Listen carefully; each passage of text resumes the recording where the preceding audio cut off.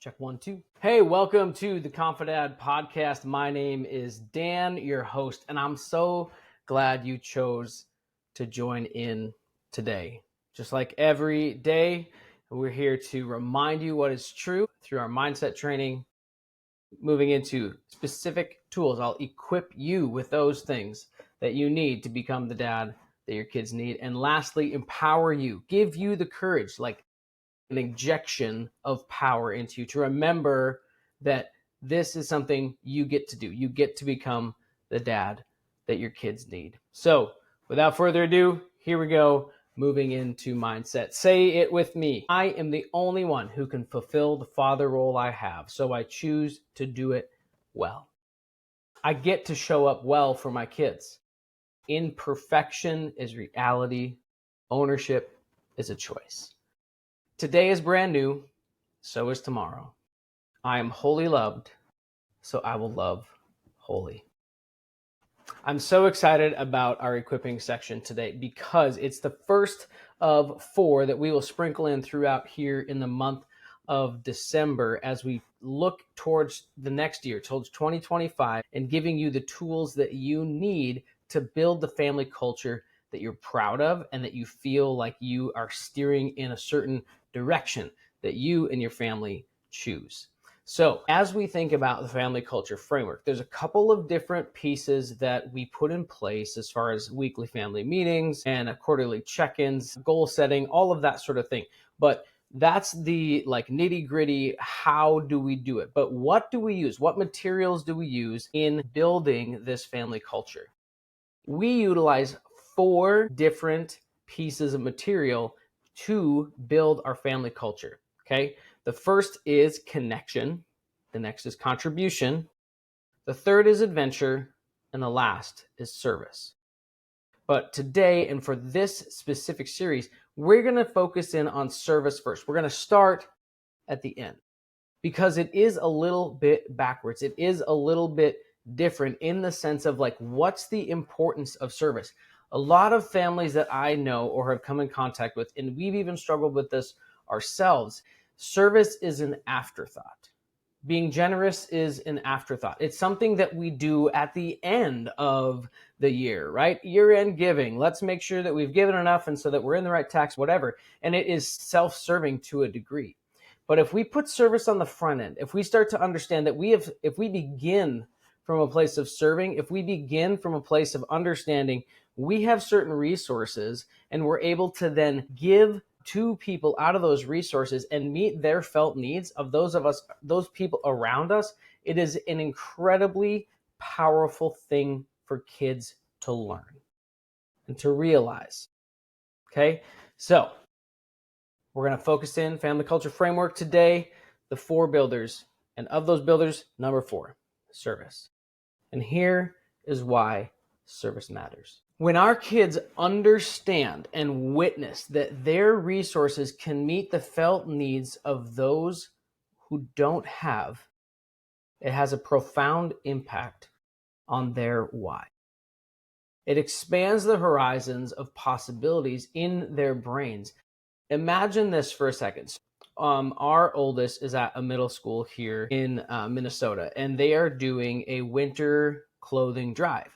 Northern Minnesota, northwestern Minnesota in the winter can get really chilly. And there's actually a pretty decent amount of people who have migrated or immigrated here from around the country and around the world. And when you come to Minnesota and you've never been here in the wintertime, there's a great need of layers, extra clothing. In fact, I was just talking to a friend of mine who moved to Western North Dakota from Tennessee. Okay. And he is there for the first time in the winter. And he's like, bro, this is no joke. The wind and the cold, and I've got to wear more clothes than I thought I could even own. And it's right. Up here, we know how to dress in layers because of the weather. But if you're not from here and no one's ever taught you that, or you've never experienced it, one of the problems is people come and they're ill-equipped for the winter.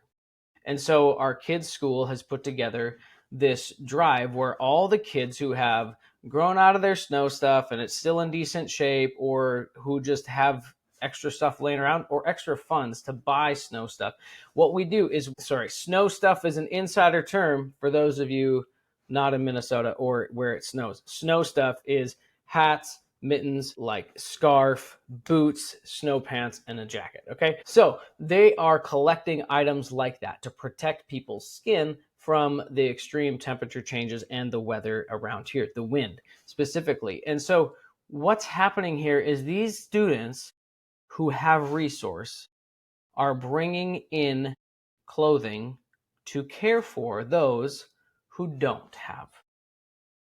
And imagine this possibility.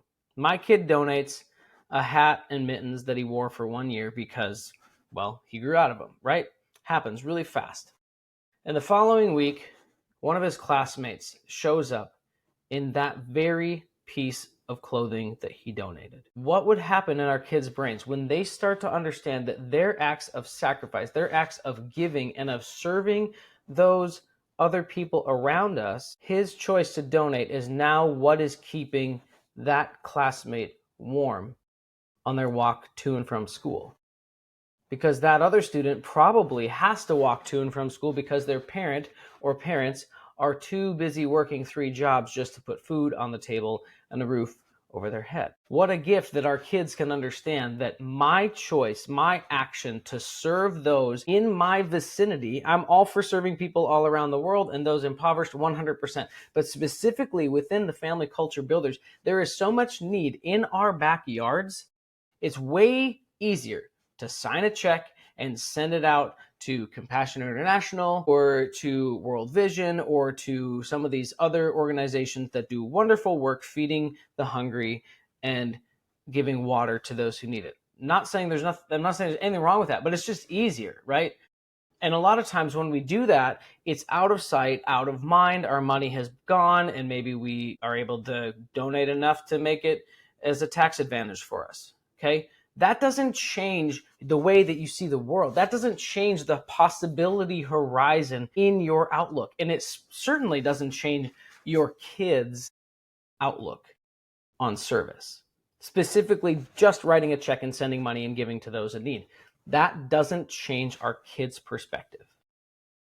But when our kids are able to take what they have and give to those in need, and then witness how that changes that person's life, it really can help our kids go, wow, that choice made a difference in that person's life. Maybe if we make more choices like that, if we take more actions like that, we can make a difference in this world. We can change the life and the trajectory in the future of those people who are living and moving and having their being right within our midst. When we're told to treat others how we want to be treated in the golden rule and love your neighbor and all that stuff, it doesn't just mean like people that you don't like or people that are in need. It might actually mean like your literal neighbor. Maybe you have people across the road, down the street, in that neighborhood that you never go to who have needs that you can meet. And when we can partner up with things like our kids' school is doing, it's a fantastic and safe way for our kids to engage in service in a way that can really expand their horizons and anchor them to a why of their living, to having purpose in their family. Think about this.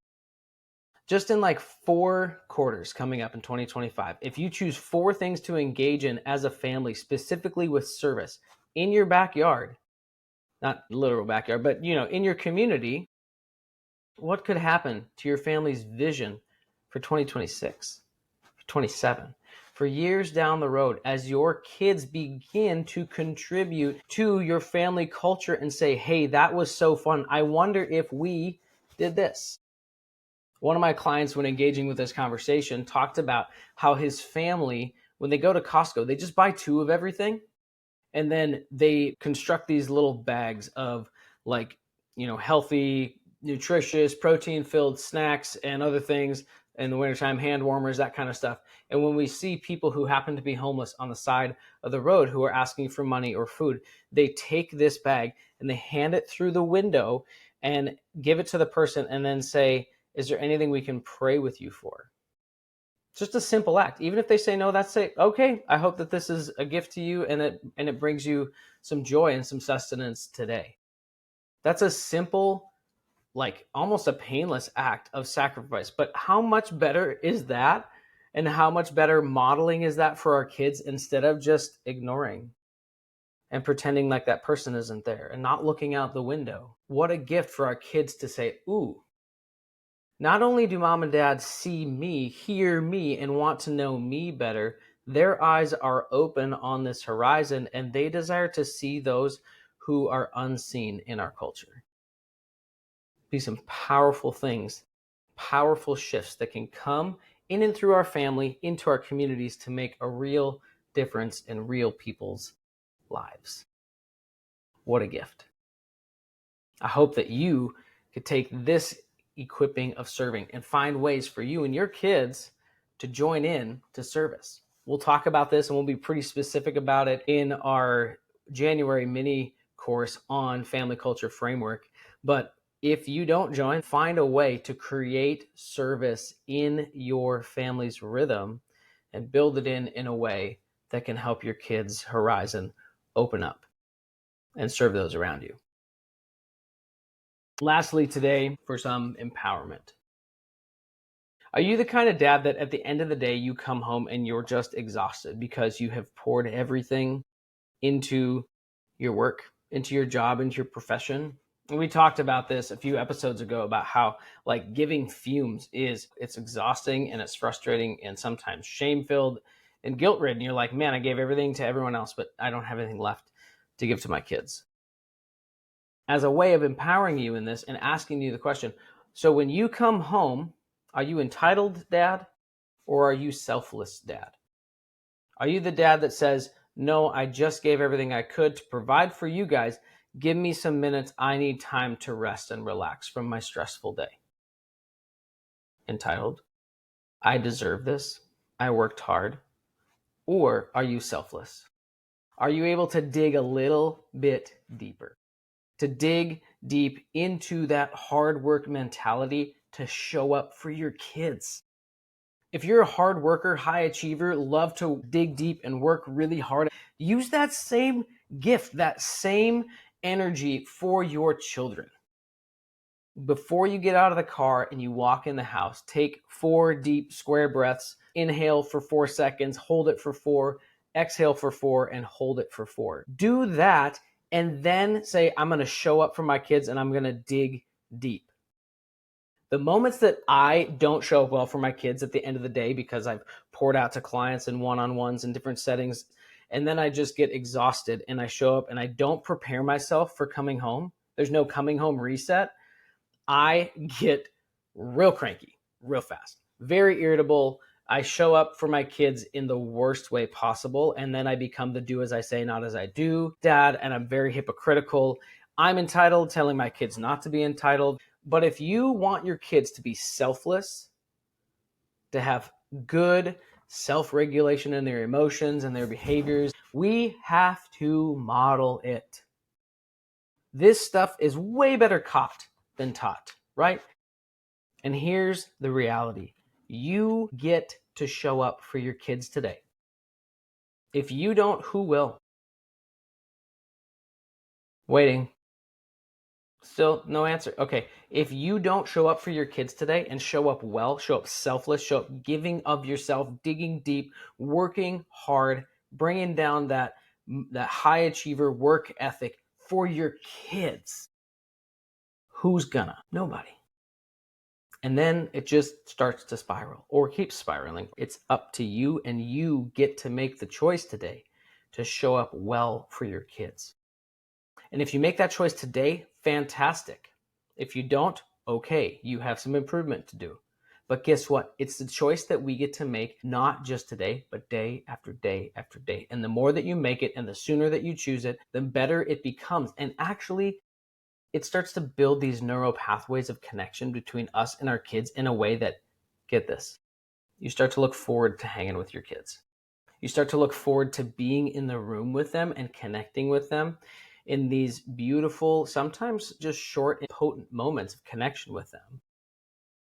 And sometimes it can linger and be longer and exciting and whatever. But the great thing is there's no pressure. It's not just like about time, it's about the space that's created in your family for you to show up really well and model what does it look like to be a well-regulated, interdependent adult that says, I'm selfless and I'm going to give of myself today. So may you dig deep today. May you choose to show up big for your kids, just like you do when you don't want to show up at work or you feel frustrated or you're stressed, and then you dig deeper and you get it done. Just get it done at home. Do the same thing you do at work, but do it for your kids. And thank me later. Thanks for showing up and listening today. So grateful to have you here at the Confidad podcast, and we'll see you in the next episode.